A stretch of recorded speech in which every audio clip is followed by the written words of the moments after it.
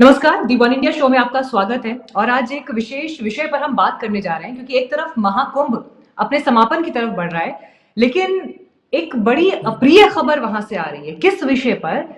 स्नान के लिए करोड़ों की संख्या में वहां पहुंचे हैं, हर तरह के लोग वहां पर पहुंचे हैं, और ऐसे समय में भी महिलाओं ने जहां स्नान किया है, उनकी अभद्र तरीके से तस्वीरें ली गई हैं, और उन तस्वीरों को सोशल मीडिया के कई प्लेटफॉर्म्स पर पोस्ट भी किया गया है गलत तरीके से। कुंभ मेला पुलिस ने इस विषय पर एक्शन भी लिया, और ऐसे करीब 15 से 17 अकाउंट्स है, या इनकी संख्या थोड़ी और ज्यादा भी हो सकती है, जिनके खिलाफ मुकदमा दर्ज किए गए हैं और उन पर स्ट्रिक्ट एक्शन की अब बात है। लेकिन सवाल यहां से कई है, क्योंकि देखिए, जैसे ये खबर सामने आई, इसकी रिपोर्टिंग हुई, उसके बाद समाजवादी पार्टी से प्रमुख अखिलेश यादव भी इस पर सवाल उठा रहे हैं, और उन्होंने नारी सम्मान से इसको जोड़कर सरकार पर निशाना साधा है। लेकिन देखिए, जो सवाल विपक्ष उठाएगा वो एक तरफ, लेकिन जो महिलाएं वहां पर गई हैं, उनकी सेफ्टी, उनकी सुरक्षा, जो लॉज हैं साइबर सिक्योरिटी के, शक इस बात का भी जताया जा रहा है कि क्या डार्क वेब से इसका कुछ संबंध हो सकता है। तो कई तरह के पहलू हैं इस पर, और मुझे लगा कि एक्सपर्ट्स के साथ आज इस पर बात करनी चाहिए। तो इसीलिए हमारे साथ खास मेहमानों का पैनल आज मौजूद है। बीजेपी से राजीव पांडे जी हमारे साथ आज इस बातचीत में जुड़ रहे हैं। समाजवादी पार्टी से डॉक्टर राकेश प्रजापति जी भी आ गए हैं। हमारे साथ उत्तर प्रदेश के पूर्व DGP professor doctor Vikram Singh ji भी आ गए हैं। सर, आपका भी स्वागत है, सभी का स्वागत है। और हमारे साथ साइबर सिक्योरिटी एक्सपर्ट सौरभ मणि तिवारी जी भी जुड़ेंगे कुछ ही पलों में। हमारे साथ सहयोगी हमारे केशव कर्णा जी भी मौजूद हैं। केशव जी, स्वागत है आपका भी पैनल पर। और मैं आपको बता दूं कि जिस समय महाकुंभ शुरू हो रहा था, केशव उस समय वहां गए थे, और उन्होंने बड़ी करीब से वहां की तैयारियों को, वहां की व्यवस्थाओं को और इंतजामों को देखा था। तो शुरुआत में यहाँ पर सबसे पहले राजीव पांडे जी आपके साथ करना चाहूंगी। देखिए, एक बड़ा आयोजन है, करोड़ों की संख्या में लोग स्नान कर रहे हैं, और क्योंकि एक ओपन स्पेस है, तस्वीरें तो सब जगह हैं, न्यूज प्लेटफॉर्म्स पर भी हैं, डिजिटल पर भी हैं। ऐसे में ये बात तो समझी जा सकती है कि सरकार हर एक इंसान पर नजर नहीं रख सकती कि कौन कहां से क्या शूट कर रहा है, किस तरह से इस्तेमाल कर रहा है, और किस तरह से वो तस्वीरें ली जा रही हैं। लेकिन अगर सोशल मीडिया पर वो तस्वीरें जा रही हैं अभद्र तरीके से, निजता का उल्लंघन करते हुए, महिलाओं के लिए एक सेफ स्पेस का उल्लंघन करते हुए, तो फिर सवाल सरकार से, एडमिनिस्ट्रेशन से बनेगा कि इसको रोकने के लिए, इस पर लगाम लगाने के लिए हमारे पास क्या इंतजाम है, मामला अभी कहां तक पहुंचा है। मीनाक्षी जी, इसमें पुलिस ने ऑलरेडी स्टेटमेंट दे दिया है कि एफआईआर रजिस्टर हो गया है, और जो मेरे पास इंफॉर्मेशन है, एक या दो लोगों की गिरफ्तारी भी हुई है। लेकिन जब तक पुलिस इसको कंफर्म नहीं करेगी तब तक बोलना ठीक नहीं रहेगा। क्योंकि देखिए, मैं आपको बताता हूँ, सबसे पहले मैं यूपी पुलिस का बहुत धन्यवाद करता हूँ, उनको सैल्यूट करता हूँ, उनको प्रणाम करता हूँ कि आप देखते हैं कि दुनिया में जहाँ 10 लाख से 25 लाख लोग आते हैं, वहाँ हजारों की संख्या में दुर्घटनाएं होती है। अगर आप किसी भी बड़े समागम को देखें, यहाँ तो करोड़ों, 50 करोड़ से ऊपर लोग आए हैं। एक दुर्भाग्यवश एक घटना हुई, लेकिन वो भी बड़ा ही लिमिटेड एरिया में हुआ, और जिस तरीके से सरकार उसके बाद भी काम कर रही है, और यूपी की पुलिस, यूपी का प्रशासन। और जो सबसे बड़ी बात है मीनाक्षी जी, कि जो लोग इस कुंभ में इस स्नान के लिए जाते हैं, आप उनके अगर आप उनकी रेस्पॉन्सिबिलिटी को देखिए, तो सब लोग अपने तरीके से कोशिश करते हैं कि वो कोई व्यवधान नहीं उत्पन्न करे। इसीलिए यह सुगमता से चल रहा है, पुलिस प्रशासन के साथ साथ जो लोग जा रहे हैं। दूसरी जो सबसे बड़ी बात है कि हर बच्चे से लेकर के बूढ़े तक, पुरुष से लेकर के औरत, सारे प्रकार के लोग हैं। लेकिन आपने पूरे कुंभ के दौरान एक घटना आप नहीं सुना होगा, अब तक मेरे नॉलेज में नहीं है, कि कोई दुर्व्यवहार का मामला हो या किसी भी प्रकार की। जबकि आप सोचिए, 50 करोड़ लोग जा रहे हैं, तो यानी कि भक्ति में लोग लीन है और लोग कर रहे हैं। इस बीच कुछ लोगों ने, आजकल कैमरा की बात आप करते हो तो हो ही नहीं सकता, आजकल तो एक पेन होता है, उस पेन में कैमरा होता है। तो कैमरा अब कौन लोग कर रहे हैं, इस पर इस सरकार अब इसके पीछे जाएगी। जो लोग भी है, मैं आपको एक बात बताता हूँ, माननीय योगी आदित्यनाथ जी महाराज इस विषय को मतलब गहराई तक जा करके, और जो लोग भी इसके लिए जिम्मेवार है, यूपी पुलिस उनके घर तक जरूर पहुंचेगी और उनके आकाओं तक भी पहुंचेगी। मैं कहना चाहता हूं कि यह बहुत ही अभद्र काम किया है जिसने भी किया है, और इसके खिलाफ कार्रवाई होगी और कठोर कार्रवाई होगी। देखिए, जिस बात का जिक्र मैंने किया कि करोड़ों की संख्या में लोग वहां पर आ रहे हैं, और शर्मनाक है ये, जिस तरह की ये हरकत हो रही है कि इस तरह की तस्वीरें सोशल मीडिया प्लेटफॉर्म पर जा रही हैं, और लिटरली ऐसे लोग एग्जिस्ट करते हैं जो इन तस्वीरों का इस्तेमाल अपना पैसा बनाने के लिए, अपना व्यापार चलाने के लिए, इन सब चीजों के लिए कर रहे हैं। लेकिन जिस अंदाज में अखिलेश जी ने भी सवाल सरकार पर खड़े किए हैं, क्या आप इसको सिर्फ और सिर्फ मिसमैनेजमेंट से जोड़कर देख रहे हैं?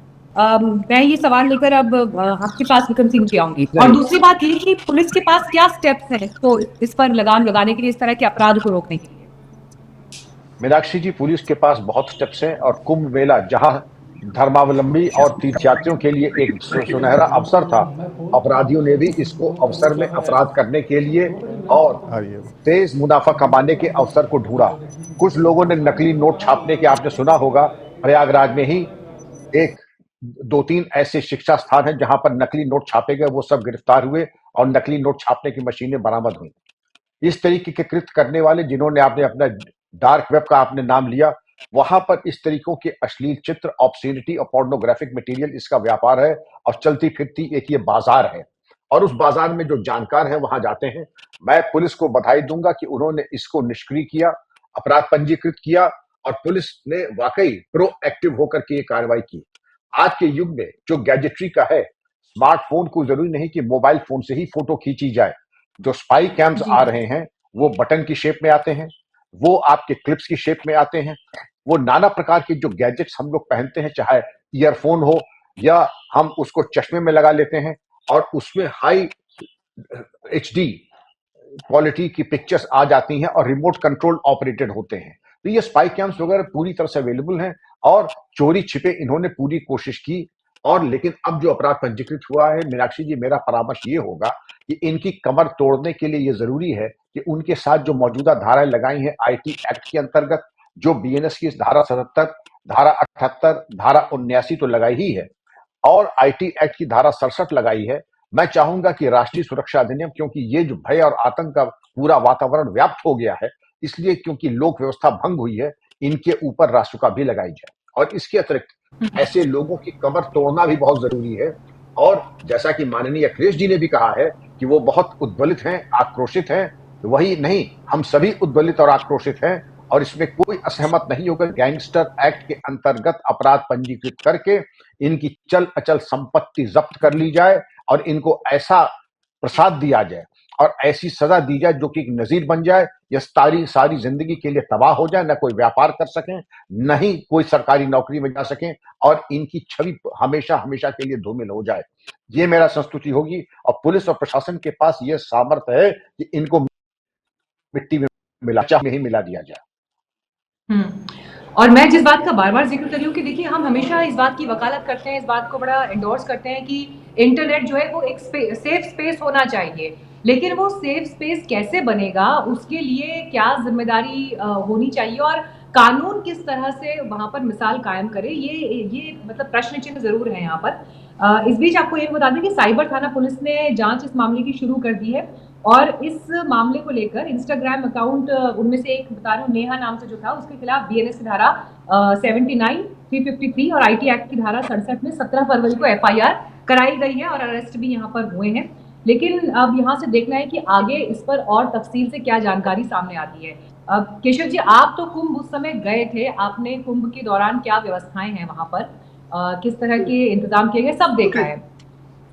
अब यहाँ तक बात पहुंच जाएगी कि नहाते हुए महिलाओं के कपड़े बदलते हुए महिलाओं के वीडियोस लिए जाएंगे और उन वीडियोस को लोग बिना किसी डर के प्रसारित कर रहे हैं। मेरे लिए ये बड़ा सरप्राइजिंग है। जी हाँ, तो हमें खौफ नहीं है कि हम पकड़े जाएंगे। कुंभ जैसा आयोजन जो न्यूज में इस लेवल पर कवर हो रहा है कि आप ऐसी तस्वीरें कहीं डालेंगे और वो किसी की नजर में नहीं आएगा, ये डर ना होना वाकई चौंकाता है। जी हाँ मीनाक्षी, मैं पूरे जिम्मेदारी के साथ कहता हूँ कि हम जब कुंभ में थे, कुंभ के शुरुआती दौर में तमाम तरह की सुरक्षा इंतजामात थे वहाँ पर।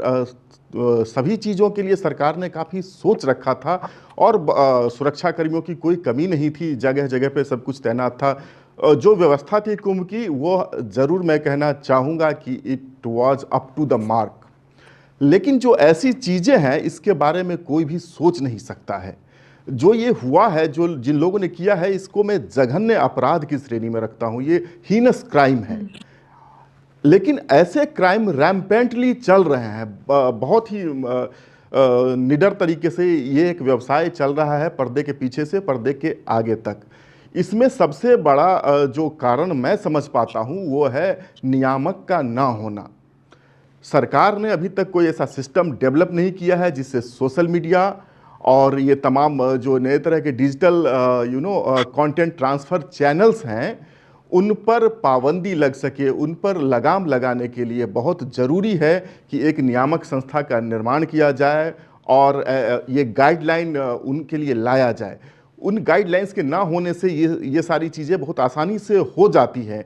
और मीनाक्षी, हमें यहीं नहीं रुकना चाहिए। आप देखिए, ये तो जिन्होंने किया है बहुत ही घृणित कार्य है और ये घृणित मानसिकता वाले लोग हैं। पता नहीं ये कुंभ में पाप धोने जाते हैं या पाप करने जाते हैं, ये एक अलग विषय हो सकता है। सोशल मीडिया थ्रेड्स में आप देखेंगे तमाम तरह के AI generated deep fake images की भरमार है। कोई भी देख सकता है इसे, किसी तक पहुंच सकता है, हमारे छोटे छोटे बच्चों तक पहुंच सकता है। और कई बार तो हमें भी, आपको भी रिक्वेस्ट मिलता है किसी छोटे बच्चे की, तो जो अकाउंट्स बनाए जाते हैं सोशल मीडिया पर उनका वेरिफिकेशन कैसे होगा? उनमें फ़ोन नंबर मांगा जाता है, किसी का भी फ़ोन नंबर हो सकता है। यहाँ तक कि जो डुप्लीकेट सिम का कारोबार है, ये एक पूरा सिस्टम है। सब कुछ एक दूसरे से कनेक्टेड है और एक फौरी तौर पर एक अपराधी को पकड़ लेने से और वो उसको कड़ी से कड़ी सज़ा मिलने से भी यह जो एक उपक्रम बन गया है, इस पर रोक लगना अभी फ़िलहाल मुझे थोड़ा कठिन ज़रूर दिख रहा है। इसके लिए सरकार को योजनाबद्ध, और केवल यूपी सरकार के बस की बात नहीं है ये, इसमें जो केंद्र सरकार है और जो तमाम इस तरह के बॉडीज हैं उनको एक साथ आकर के एक प्लेटफॉर्म पे आके कुछ कारगर कार्यक्रम बनाने की ज़रूरत है। तभी जाकर के हम इस ऐसी समस्याओं से निजात पा सकते हैं और उसे कंट्रोल कर सकते हैं। राकेश जी, आपका इस पर रिस्पॉन्स? डीजीपी विक्रम सिंह जी को भी सुन रहा था और करण जी को भी सुन रहा था। मैं डीजीपी की बात से बिल्कुल सहमत हूँ। सरकार को कोई इस तरीके के कानून बनाने होंगे, क्योंकि ये भारतीय जनता पार्टी की, चाहे केंद्र की सरकार हो चाहे प्रदेश की सरकार हो, एक और तो हमारे प्रधानमंत्री डिजिटल इंडिया की बात करते हैं, हर चीज को इंटरनेट और मल्टीमीडिया से जोड़ने का काम करते हैं और नई तरीके की टेक्नोलॉजी AI पर भी बात करते हैं। दूसरी ओर जब से ये चीजें आई हैं, भारत के अंदर, उत्तर प्रदेश के अंदर लगातार इस तरीके की घटनाएं होती जा रही हैं। चाहे वो इंटरनेट बैंकिंग से जुड़े मामले हों, चाहे वो फोटोग्राफी से जुड़े हुए मामले हों, सरकार को कोई ना कोई ठोस कदम उठाने होंगे, जिससे कि माननीय राष्ट्रीय अध्यक्ष जी ने कहा है कि ये नारी शक्ति, नारी के सम्मान से जुड़ा हुआ मामला है। इस तरीके की जो भी घटना करने वाले लोग हैं, अब चूंकि दूसरे धर्म के लोग तो वहां गए नहीं है, इसलिए ठीकरा दूसरे पर तो फोड़ नहीं सकते, क्योंकि ये तो ठीकरा तो दूसरे पर फोड़ने का काम करते हैं हर जगह पर। कहीं अगर जो पूर्व डीजीपी अभी हमारे सही कह रहे थे कि अब ये बुलडोजर इनके घरों पर कब चलेगा, इनके घरों पर बुलडोजर जल्दी से जल्दी चलना चाहिए। लेकिन अगर ये और किसी जाति धर्म के लोग होते तो अब तक उनके घरों पर बुलडोजर चल गया होता, अब तक उनके खिलाफ FIR हो गई होती, अब तक उनको जेल में ठूंस दिया होता और भारत की बड़ी बड़ी मीडिया जो है चीख चीख करके, चिल्ला चिल्ला करके कह रही होती। ऐसे लोग जो है सरकार के संरक्षण में, मैं तो सीधा आरोप लगा रहा हूँ, सरकार के संरक्षण में कार्य करते हैं और सरकार का संरक्षण पूरी तरीके से ऐसे लोगों को प्राप्त है। और डिजिटल इंडिया के नाम पर भारत में जितनी धोखाधड़ी बढ़ रही है, आप लोग देखते होंगे इंटरनेट बैंकिंग के थ्रू लगातार बैंकिंग बढ़ रही है। नहीं, इतना बड़ा आयोजन सरकार कर रही है, आप ये कह रहे हैं कि महिलाओं की ऐसी अभद्र तस्वीरें जाएं, इस बात को सरकार का संरक्षण है? नहीं, इस बात के लिए नहीं, जो चुनी हुई सरकार पर जो डिजिटल जो भी डिजिटल मीडिया से जुड़े हुए घटनाएं हो रही हैं, आखिर सरकार इन पर नकेल क्यों नहीं कस पा रही है? आखिर सरकार इन पर लगाम क्यों नहीं लगा पा रही है? लगातार लोगों के साथ फ्रॉड हो रहे हैं, लगातार लोग बेचारे गरीब फंसाए जा रहे हैं, आए दिन लगातार लोगों को मैसेज डाल करके उनके खाते खाली कराए जा रहे हैं। इस पर सरकार क्यों नियंत्रण नहीं कर रही है? ऐसे वही लोग हैं ठीक ना, है, ये भी तो वही लोग हैं, कोई नए लोग नहीं है ये। ठीक है। इनको मैं संरक्षण बीजेपी पहले से। प्रवक्ता और हमारे साथ एक पैनल पर एक हैं, एक उनसे मैं इस पर जवाब करूंगी। मीनाक्षी जी, एक बस एक बात। उत्तर प्रदेश के अंदर 17 परीक्षाएं हो गई, 17 परीक्षाएं लीक हो चुकी हैं। एक भी परीक्षा लीक करने वाले के घर पर आज तक बुलडोजर क्यों नहीं चलाया गया? एक भी परीक्षा लीक करने वाले व्यक्ति को जेल में क्यों नहीं ठूसा गया? कहाँ सो रही है सरकार? मैं ये कहना चाह रहा हूं, अगर सरकार का संरक्षण नहीं है तो ये आगे नहीं पनप रहे होते, और वही पनपने ठीक है वाले लोग हैं ये। राजीव जी, अब मुझे ये बताइए, देखिए उन्होंने इस विषय के साथ में उन्होंने एक दो विषय और भी जोड़ दिए हैं। साइबर ठगी के जो मामले हैं, डिजिटल अरेस्ट के जो मामले आजकल चल रहे हैं, उन्होंने वो भी जोड़ दिया है कि कहीं पर तो इस पर लगाम लगानी होगी, या इसके लिए हमारे पास एक काउंटर व्यवस्था क्या है, उस पर बात करनी होगी। मीनाक्षी जी, जो सबसे बड़ी बात है, ये जो हाँ, डिजिटल अरेस्ट या जो साइबर फ्रॉड है, इससे बचाने के लिए लोग पूरा एडवर्टाइजमेंट चल रहा है कि आप नहीं फंसे। एक और ये सबके जो सूत्रधार है वो इंडिया के कई बार बाहर है। नाइजीरिया से बहुत सारा कुछ हो रहा है। लोग वहां से फोन करते हैं, आप उठा लेते हैं फोन, कोई क्लिक कर देते हैं। तो जागरूक करना। और जहां तक भारत में, जहां तक इस घटना की बात है, तो 3 लोग ऑलरेडी अरेस्ट हो चुके हैं। जब आपसे मेरी बात हो रही थी, प्रज्वल, चंद्रप्रकाश पी पाटिल। और मैं आपको बता रहा हूं कि जो लोग भी इसके पीछे हैं, दुख केवल इस बात का है कि इस विषय पर भी जो लोग, मतलब अखिलेश यादव जी इस विषय पर भी राजनीति कर दी। सबसे जो गलत बात है, आप बताइए मीनाक्षी जी, 50 करोड़ लोग जा रहे हैं वहां, किसके पास हर के हाथ में फोन है, डिजिटल कैमरा है, क्या है? उन्होंने पिक्चर लिया और उनकी ऐसी मानसिक सोच है कि उन्होंने इससे पैसे कमाने की बात सोची। अब माँ अपने बच्चों को दूध पिलाती है, लोग छुप करके वो भी फोटो खींचना चाहते हैं। ये इन तीनों लोगों का ये भी रिकॉर्ड है कि ये दिल्ली मुंबई में जो लोग ड्रेसिंग रूम में बदलते हैं कपड़े, उसमें भी नाम इनका आ रहा है, इन 3 लोगों को जिसको अरेस्ट किया गया है। मीनाक्षी जी, ये मानसिक रोग है। मानसिक रोग के लिए भी जो अखिलेश यादव जी है, जिनके पार्टी में मानसिक रोगियों की संख्या इतनी थी कि कई तो मिट्टी में मिल गए, ये अतीक अहमद के पार्टी के लोग हैं, मुख्तार अंसारी पार्टी के लोग हैं। मैं क्या बताऊं वो क्या क्या करते थे उत्तर प्रदेश में। करे कम से कम माननीय योगी आदित्यनाथ जी ने लॉ एंड ऑर्डर पे जितना बड़ा पाकिस्तान है, जितनी बड़ी आबादी पाकिस्तान की, उससे ज्यादा आबादी को माननीय योगी आदित्यनाथ जी महाराज देख रहे हैं। और जिस प्रकार से डेवलपमेंट हुआ, जिस प्रकार से पुलिस हुआ, पुलिस ने काम करना शुरू किया है। आप जाइए उत्तर प्रदेश में, किसी भी व्यक्ति से पूछ लीजिए, प्राइवेटली हो, किसी भी पार्टी का हो, कि क्या सरकार ने क्या काम किया है। अभी इस घटना में भी अगर कोई व्यक्ति राजनीति सोच देख रहा है, तो मैं उसके मानसिक संतुलन के बारे में सोचूंगा। मीनाक्षी जी, आप भी व्यथित है, मैं भी व्यथित हूं, कर्ण साहब व्यथित है, डीजीपी साहब, एक्स डीजीपी साहब व्यथित है। और इसको रोकने के लिए जो डीजीपी साहब है, बताए कि क्या कोई भी पुलिस फोर्स, एक आदमी पर अगर एक पुलिस भी आप लगा दीजिए, तो क्या इस तरीके की घटना को रोका जा सकता है? मैंने एक शो में पहले भी कहा था कि 2 प्रकार के क्रिमिनल एक्ट होते हैं। एक जो एक ऑर्गेनाइज्ड क्राइम होता है, और एक होता है इंडिविजुअल का क्राइम करना। मैं अभी आपके शो पर शो कर रहा हूं, मैं बाहर निकलूं और मैं क्राइम कमिट कर दूं, नहीं रोक पाएगी पुलिस मुझे। लेकिन अगर एक मैं ऑर्गेनाइज्ड क्राइम का पार्ट हूं, तो मुझे पुलिस रोक लेगी, क्योंकि पुलिस का टैब रहता है ऑर्गेनाइज्ड क्रिमिनल पर। अब बात है समाजवादी पार्टी लोगों से वाले से। ये वही लोग हैं जिन्होंने जब महिलाओं के साथ दुर्व्यवहार करते थे, तो इनके एक नेता थे, उन्होंने कहा लड़के हैं, गलती हो जाती है। अब इनसे मैं इस पर क्या डिबेट करूं? मैं तो इतना व्यथित हूं इस न्यूज के आने के बाद कि कुंभ में सब महादेव की कृपा से अच्छा चल रहा था।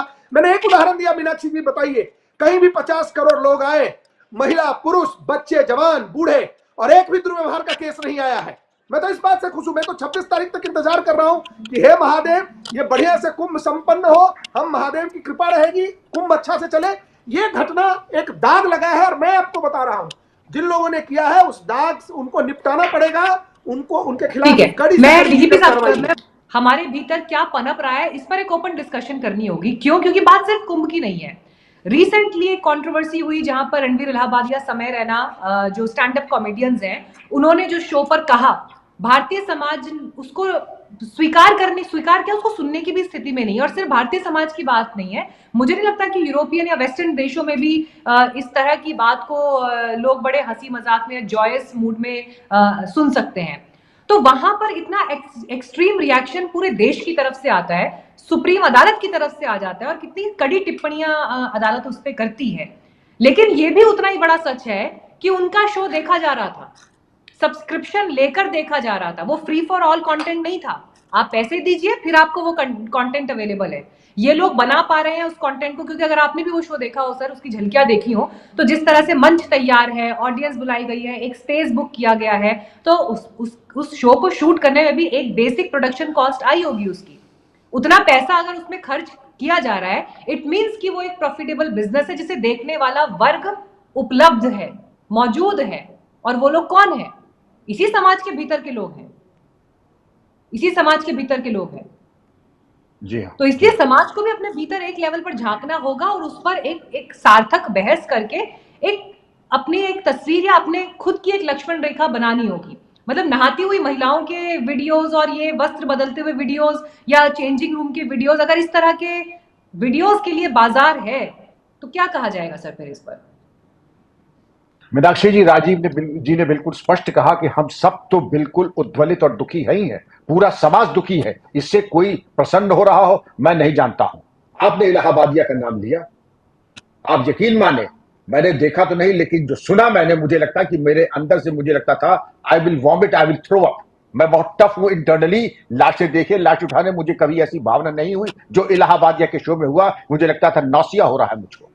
और मैं सही बता दूं, पुलिस अगर अपने पे आ जाए तो ऐसे मरीज इश्क का इलाज हम लोग अच्छी तरीके से करना जानते हैं। राकेश जी, पुलिस अपने को असहाय नहीं समझती है। ये आप सही कह रहे हैं, कोई अपराध कर सकता है, लेकिन अपराध के बाद सही सलामत घर नहीं पहुंचेगा। ये पुलिस अगर अपने पे आ जाए तो विकलांग होगा ता जिंदगी। जो सजा मिलेगी वो अलग, और ता जिंदगी उसका परिवार याद करेगा किससे पाला पड़ा है। ये इलाहाबादिया वगैरह अभी तक नाच रहे हैं क्योंकि उनको मालूम है कि उनकी दोनों जेबें भरी हुई हैं, और अच्छा वकील करके उनका बचाव का वकील निंदा कर रहा है, विपक्ष का वकील निंदा कर रहा है, सुप्रीम कोर्ट, लेकिन जमानत तुरंत हो रही है। ये समाज की विसंगतता या लाइसेंशियस नहीं तो और क्या है। मीनाक्षी जी, होना ये चाहिए था कि कुछ चौराहे पे खड़ा करके जो इनकी सेवा होनी चाहिए थी, इनकी सेवा होनी चाहिए थी वहीं चौराहे पर। वो सेवा इनको मिली नहीं। माता पिता ने इनकी सेवा की नहीं, समाज ने इनकी सेवा की नहीं। एक बार इनकी कोई कुछ सेवा कर देता तो इलाहाबादिया सत्संगी हो जाता। अपना नाम इलाहाबादिया करके हटा करके सत्संगी करते। लेकिन इनका जो दुराचार है, इनके डीएनए में जो बेहूदगी एक एक रोम रोम में बसी हुई है, उसको निकालना हम लोगों को आता है। ये एक सब ज्यादा आप लोगों का समय से बर्बाद नहीं करूंगा। केश जी समझ रहे हैं और सभी विद्वान पहले समझ रहे हैं कि ऐसे लोग जब थानों पर आते हैं तो वो ता जिंदगी याद करते हैं कि थाने में उनकी किस तरह से खातिर हुई। बाकी तो जो है वो प्रसाद रूप में अन्य धारा धारा में 6-7 साल की व्यवस्था हो जाती है। हाथ के हाथ बेल अगर हो गई है तो राजीव जी, मैं क्या चाहूंगा कि इनकी बेल निरस्त कराने के बारे में क्या कार्रवाई की गई। हम लोग सुप्रीम कोर्ट के बाहर जो छूट के आते थे वहीं का वहीं धर लिए जाते थे। और यहां पर यह कहा जाए, ये प्रजापति जी ने कहा कि 17 नकल के केसेस में अगर बुलडोजर नहीं चले तो क्यों नहीं चले, ये सवाल तो उठेंगे ही। माफिया के ऊपर बुलडोजर नहीं चले तो क्यों नहीं चले। राजीव जी, हम चाहेंगे कि आप कभी निरंतर ना हो और ऐसा उत्तर दें कि लोग अवाक रह जाएं। मैं चाहूंगा कि सबकी जबानें बंद हो जाए, लेकिन इस वक्त आपके पास कोई तर्क नहीं है। मैं उम्मीद करता हूं कि माफिया और इस तरीके के लोगों को एक नजीर कायम करे पुलिस। मैंने कभी अपने को असहाय नहीं समझा है, चाहे इलाहाबादिया जी हो या इनके इलाहाबादिया से जो मौसेरे भाई हैं, उनका इलाज मैं खूब जानता हूं। और मेरा परामर्श होगा, चैनल पे नहीं अदरवाइज मैं दूंगा कि ये याद करेंगे किससे पाला पड़ा इनको। मीनाक्षी, ठीक है, राकेश बोलना चाह रहे हैं इस पर कुछ? जी जी, मीनाक्षी जी, एक कहावत है कि सांप जब बिल से निकले तभी उसको कुचल लेना चाहिए, नहीं तो वो फन मार करके नुकसान पहुंचा सकता है। पूर्व डीजीपी सही कह रहे थे। आज तक उत्तर प्रदेश की सरकार ने डिजिटल अरेस्ट और साइबर क्राइम के किसी भी व्यक्ति को अगर कोई कठोर सजा दी होती तो इस तरीके की घटना नहीं होती। ये संरक्षण देने का काम कर रहे हैं। इनके संरक्षण में साइबर क्राइम और डिजिटल अरेस्ट के लोग पनप रहे हैं, और पनपने के साथ वो आज हमारी ये हद तक, मैं इसीलिए कह रहा था कि संरक्षण महिलाओं के केस में नहीं, ये वहां तक पहुंच गए कि आज हमारी बहन बेटियों माताओं की अस्मिता तक पहुंचने का कार्य कर दिया। अगर इनको तभी कुचल दिया होता, जैसा कि डीजीपी कह रहे थे कि पुलिस अपने पर आ जाए। हाँ, पुलिस आती है अपने पर। कब आती है? जब आरोपी यादव होता है। पुलिस अपने पर आती है जब आरोपी मुस्लिम होता है। जब पुलिस अपने पर आती है जब कोई पीड़ित परिवार का होता है। लेकिन अन्य के केस में किसी भी तरीके से जब उत्तर प्रदेश और भारत की सरकार से संरक्षित लोग होते हैं तो पुलिस अपने घरों से नहीं निकलती। डीजीपी साहब ने बिल्कुल सही कहा, पुलिस चाहे तो 5 घंटे के अंदर उत्तर प्रदेश के पूरे सभी जगह से क्राइम खत्म हो सकता है। पुलिस की ताकत बहुत है, लेकिन पुलिस का किस तरीके से, प्रशासन का किस तरीके से भारतीय जनता पार्टी प्रयोग कर रही है, ये पूरा देश देख रहा है। चाहे वो उपचुनाव रहे हो, चाहे वो मीरापुर में वो इंस्पेक्टर जो है दो महिलाओं पर तो बंदूक तान सकता है, रिवॉल्वर तान सकता है, लेकिन आरोपियों पर नहीं तान सकता। आरोपियों को आज बुलडोजर तभी चलता है, जाति और धर्म मजहब को देख करके चलता है। मैंने पहले भी प्रश्न किया था, आखिर 17 परीक्षाओं में किसी पर एक बुलडोजर चल गया होता तो उत्तर प्रदेश के अंदर अगली एक भी परीक्षा का नहीं हुआ होता। तो मीनाक्षी जी, ये लोग केवल और केवल लोगों की भावनाओं के साथ खिलवाड़ करने का काम कर रहे हैं और इसके अलावा कुछ नहीं सरकार कर की रहे। नियत पर ही वो सवाल खड़े कर रहे हैं और उनका सीधे तौर पर ये कहना है, उन्होंने तो कुछ वर्ग स्पेसिफिक, जाति स्पेसिफिक भी अभी अपने वक्तव्य में शब्द प्रयोग किए हैं, जिसमें वो कह रहे हैं कि इन पर्टिकुलर लोगों पर आप कार्रवाई करते हैं लेकिन बाकियों पर आप नहीं करते हैं। अब देखिए, ये बुलडोजर न्याय जो है वो पॉलिटिकल उसका किस तरह से प्रयोग हुआ और उस पर पॉलिटिकली विपक्ष ने क्या आक्षेप लगाए हैं, अब ये एक लंबी डिबेट का विषय है, लेकिन ये सवाल अब सरकार पर उठ रहे हैं। मीनाक्षी जी देखिए, बुलडोजर चलाने के लिए एक ड्यू प्रोसेस है, ड्यू प्रोसीजर है, और जो माफिया है उस पर बुलडोजर चलता रहेगा। Honourable supreme court of India ने एक गाइडलाइन दिया है। गाइडलाइन के तहत यूपी की सरकार, और खाली यूपी की सरकार क्यों, हरियाणा की सरकार, मध्य प्रदेश की सरकार इन लोगों के खिलाफ कार्रवाई करती रहेगी। जब विक्रम सिंह जी ने कहा कि जमानत की बात जहां तक इलाहाबादिया के केस में है, नहीं, कोर्ट ने आपके बुलडोजर न्याय को एंडोर्स कभी नहीं किया सर। कोर्ट ने आपके बुलडोजर न्याय को, मीनाक्षी जी मैंने नहीं कहा ये, मैं क्या कर रहा हूँ, ड्यू प्रोसेस है उसके लिए। अब आपको समझ में नहीं आ रहा है तो मैं I am a practising lawyer of Supreme Court. चलिए मैं सुप्रीम कोर्ट ने कहा है, कोर्ट ने उल्टा सुनिए मीनाक्षी जी, नहीं गलत, कोर्ट ने कोई फटकार नहीं लगाई है। अगर आप बुलडोजर न्याय, अगर आप बुलडोजर न्याय को अपने कॉलर और स्लीव्स पर पहनकर चलेंगे सर, तो मुझे बताना पड़ेगा अपने दर्शकों को कि कोर्ट ने उस पर सरकार को फटकार लगाई है। बिल्कुल गलत, आपने ऑर्डर ही नहीं पढ़ा। आप ऑर्डर पढ़ लेते। उन्होंने क्या कहा है कि without due process of law आप किसी का घर नहीं तोड़ सकते। वो तो मैं भी कह रहा हूं आपके शो पे, किसी का बुलडोजर तभी चलेगा जब ड्यू प्रोसेस ऑफ लॉ का इस्तेमाल होगा। किसी ने अगर सरकार की जमीन कब्जा कर लिया है तो 15 दिन का नोटिस देना है, नोटिस के बाद जाए वो कोर्ट, स्टे लेके आ जाए तो नहीं टूटेगा। लेकिन अगर किसी ने सरकारी जमीन पर कब्जा किया हो, कोई गुंडा है, गैंगस्टर एक्ट में सरेंडर नहीं कर रहा हो, तो उसके लिए सुप्रीम कोर्ट ने जो फटकार लगाई है, जहां ड्यू प्रोसेस ऑफ लॉ को फॉलो नहीं करते। मैं आपको समझाने का प्रयत्न है। जहां तक बात है इलाहाबादिया के केस में, अभी सुप्रीम कोर्ट ने केवल स्टेटस को किया है और उसके केस को एक साथ करने की बात है, लेकिन उसी सुप्रीम कोर्ट ने कहा कि यह परवर्ट है। This is the pervert word is used by honourable supreme court of India. अब यह देखना है कि इस परवर्ट को सुप्रीम कोर्ट बेल आउट करती है या पुलिस के पास भेजती है। अब सुप्रीम कोर्ट ने यह तो डिक्लेयर कर दिया कि Ranveer Allahbadia is a pervert. आप लिख सकते हैं परवर्ट किसी को कहना, मोटे मोटे कैपिटल लेटर्स में honourable supreme court of India ने कहा कि रणवीर इलाहाबादिया और उसके पास जो चट्टे बट्टे उसके थे, दे आर परवर्ट। और वैसा ही परवर्ट ये लोग हैं जिन्होंने सोशल मीडिया अकाउंट पे, मीनाक्षी जी, हमारे माताओं एवं बहनों का फोटो लगाया, और उस परवर्ट को पॉलिटिकल लिंक करने वाला समाजवादी पार्टी है। ये हमें कह रहे, जब बुलडोजर चलता है ड्यू प्रोसेस ऑफ लॉ के तहत, तो चिल्लाने वाले तो समाजवादी पार्टी के लोग हैं पूरे देश में कि नहीं चला, उधर आरजेडी, इधर समाजवादी पार्टी। मैं एक बात कह रहा हूं, बार बार, आज मैं खुश हूं, आपके चैनल पे रिकॉर्ड हो रहा है कि समाजवादी पार्टी के लोग कह रहे हैं कि जो माफिया है, जो क्रिमिनल है, उन पे बुलडोजर चलाओ। मीनाक्षी जी, आप इस शो को संभाल के रखिएगा कि जब इन पर बुलडोजर चलेगा, जब आतंकवादियों पर बुलडोजर चलेगा, जब माफिया पर बुलडोजर चलेगा, फिर समाजवादी जो बच्चों के साथ दुर्व्यवहार करते हैं, जब उन पर बुलडोजर चलेगा ड्यू प्रोसेस ऑफ लॉ के साथ। मैं नहीं कह रहा हूं without due process of law, due process of law के साथ चलेगा तो समाजवादी पार्टी फिर आपके यहाँ करके रोएंगे नहीं। ठीक है सर। यूपी सरकार ने महाराजगंज जिले में सड़क चौड़ीकरण परियोजना के लिए घरों को बुलडोजर से ध्वस्त किया था और इसी को सुप्रीम कोर्ट ने अराजक बताया था। कोर्ट ने अपने आदेश में कहा था कि इस मामले में जांच की जरूरत है और पूरी तरह से मनमानी है, उचित प्रक्रिया का पालन नहीं किया गया है। सर, अब मैं जो सवाल आपसे पूछ रही थी वो इसी बिंदु पर था कि अगर सरकार न्याय अपने हाथ में लेने लगेगी तो ये हमारे देश का कानून जो न्याय व्यवस्था से चलता है उसी पर मेरा पॉइंट था जो समाजवादी पार्टी के प्रवक्ता भी उठा रहे थे कि बुलडोजर एक्शन की जगह लोकतंत्र में नहीं हो सकती है, जहां पर व्यवस्था न्याय प्रणाली से चलती है, न्यायालय से चलती है। और इसीलिए सरकार के इंटेंट पर सवाल उठते हैं। आप ऑपोजिशन के लिहाज से आप उनके आरोपों का जवाब दें, मुझे इसमें कोई आपत्ति नहीं है, देना भी चाहिए आपको, लेकिन सुप्रीम कोर्ट ने जो टिप्पणी की है मैं अपने दर्शकों को वो जरूर बताऊंगी।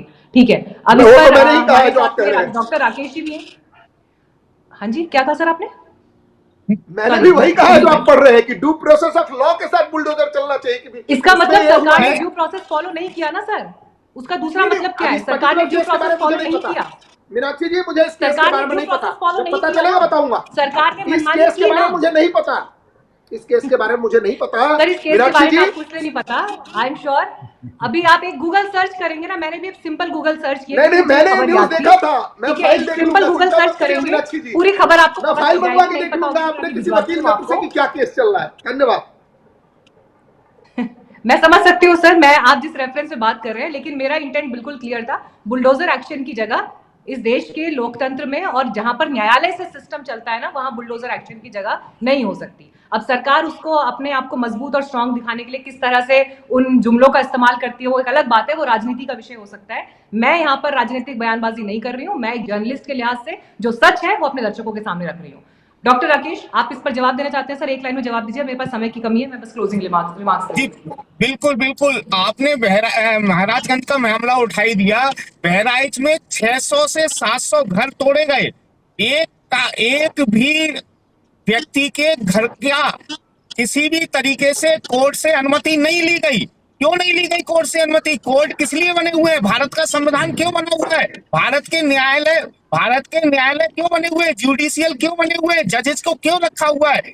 ये मनमाने तरीके से उत्तर प्रदेश के लोगों पर बुलडोजर चलवाने का काम भारतीय जनता पार्टी के लोग करते हैं। और मैंने पहले ही कहा कि इनका बुलडोजर जाति धर्म और मजहब को, राष्ट्रीय अध्यक्ष जी ने कई बार कहा है कि इनका बुलडोजर जाति मजहब और धर्म देख करके आगे बढ़ता है। और ऐसे एक मामले नहीं है, सैकड़ों मामले हैं, चाहे वो संभल की घटना हो, चाहे वो बहराइच की घटना हो। अपने बहराइच के विधायक ने ही इनको सब कुछ सिखाया, बता दिया कि किस तरीके से भाजपा के विधायक ने अपने ही कार्यकर्ताओं पर आरोप लगाने का कार्य किया है। लेकिन ये लोग केवल और केवल जो है नफरत की राजनीति करने का काम कर रहे हैं, लोगों के दिलों में नफरत भरने का काम कर रहे हैं। ये कुंभ में लोगों को एंट्री बंद की थी इन्होंने, एक धर्म के लोगों ने, लेकिन जब कुंभ में भगदड़ मची थी तो उन्हीं लोगों ने अपने घरों के दरवाजे खोल दिए।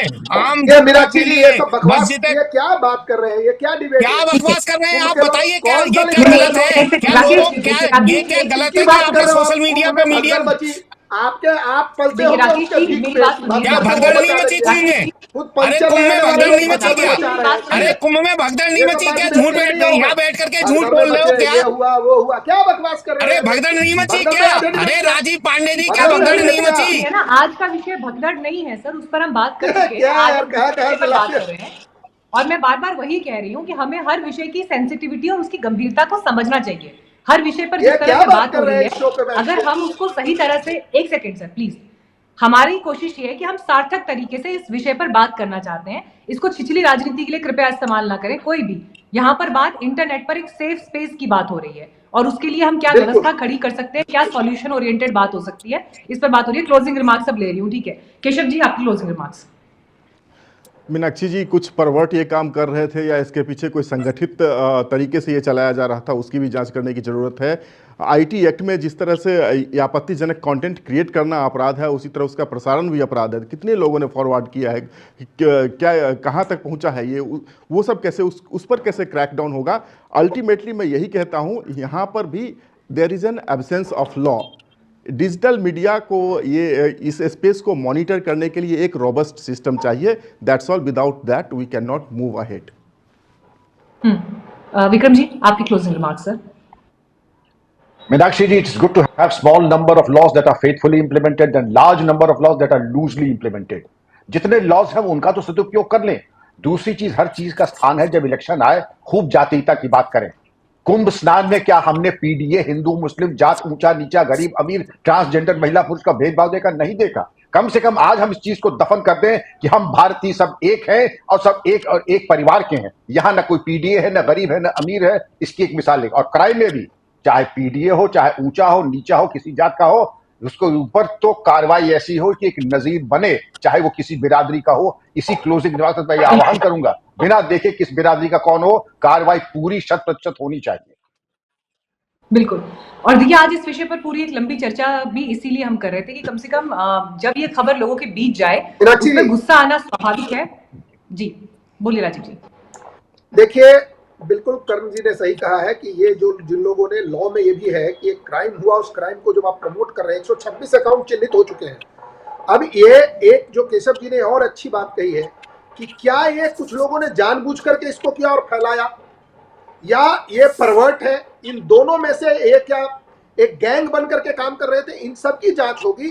और कर्ण जी मैं बताऊं, जो पूर्व डीजीपी हमारे विक्रम सिंह जी माननीय ने जो कहा, सरकार के पास अभी भी इतना कानून है कि इन लोगों को सालों जेल के अंदर रख सकते हैं, क्योंकि इन्होंने जो कार्य किया है वो बहुत ही, वो अगर आप एज ए लॉ में बीएनएस में और आईटी एक्ट में इतनी धाराएं हैं जिसमें ये सालों जेल के अंदर रहेंगे। आप जो कह रहे हैं वो सही है कि आईटी एक्ट के लिए क्या हम कुछ और भी रोबोस्ट लॉ लाएं जो इस प्रकार के काम करते हैं, लेकिन ये जो है ये तो बहुत बड़ी घटना है, क्योंकि इसको आप किसी भी तरीके से यूज कर सकते हैं। कि क्या आप चाह रहे थे कि इस कुंभ जैसे महाआयोजन को आप डिस्टर्ब करना चाहते थे? क्या आप पीस को डिस्टर्ब करना चाहते थे? इस एक्ट को आप बहुत दूर तक ले जा सकते हैं और यूपी पुलिस इसको अंजाम तक ले जाएगी, ऐसी मेरी पूरी है। मैं यूपी पुलिस और प्रशासन को आपके चैनल के थ्रू एक बार और धन्यवाद दूंगी इस महाआयोजन के लिए। धन्यवाद। ठीक है, तो देखिए हमारी कोशिश यही थी कि कम से कम जब ये विषय लोगों के बीच जा रहा है, गुस्सा आना, इस पर नाराजगी होना स्वाभाविक है, लेकिन इसके साथ ही लोगों को इसके प्रति जागरूक करना भी उतना ही जरूरी है। अगर इस तरह की कोई घटना आप लोग भी अपने आसपास होते हुए देखते हैं या इस तरह की कोई बात आपकी भी जानकारी में आती है, तो उसके लिए अपने जो भी नियरेस्ट पुलिस स्टेशन है, साइबर सेल है, आप उनको इन्फॉर्म करिए। और इसके लिए देखिए समाज में भी एक जागरूकता और एक अंडरस्टैंडिंग डेवलप किया जाना बहुत जरूरी है, क्योंकि इंटरनेट सेफ स्पेस तभी बनेगा जब उसे लेकर एक मैच्योरिटी लोगों के बीच होगी। इंटरनेट के पास एक ताकत है, सोशल मीडिया के पास अपनी एक ताकत है, लेकिन हर ताकत एक जिम्मेदारी के साथ आती है और उस जिम्मेदारी को सभी को समझने की जरूरत है। इसीलिए आज अलग अलग पक्षों और एक्सपर्ट्स के जरिए इस पर एक डिटेल चर्चा की हमारी कोशिश थी। धन्यवाद आप सभी का इस पर अपने विचार साझा करने के लिए और हमें समय देने के लिए। Thank you so much. बहुत धन्यवाद।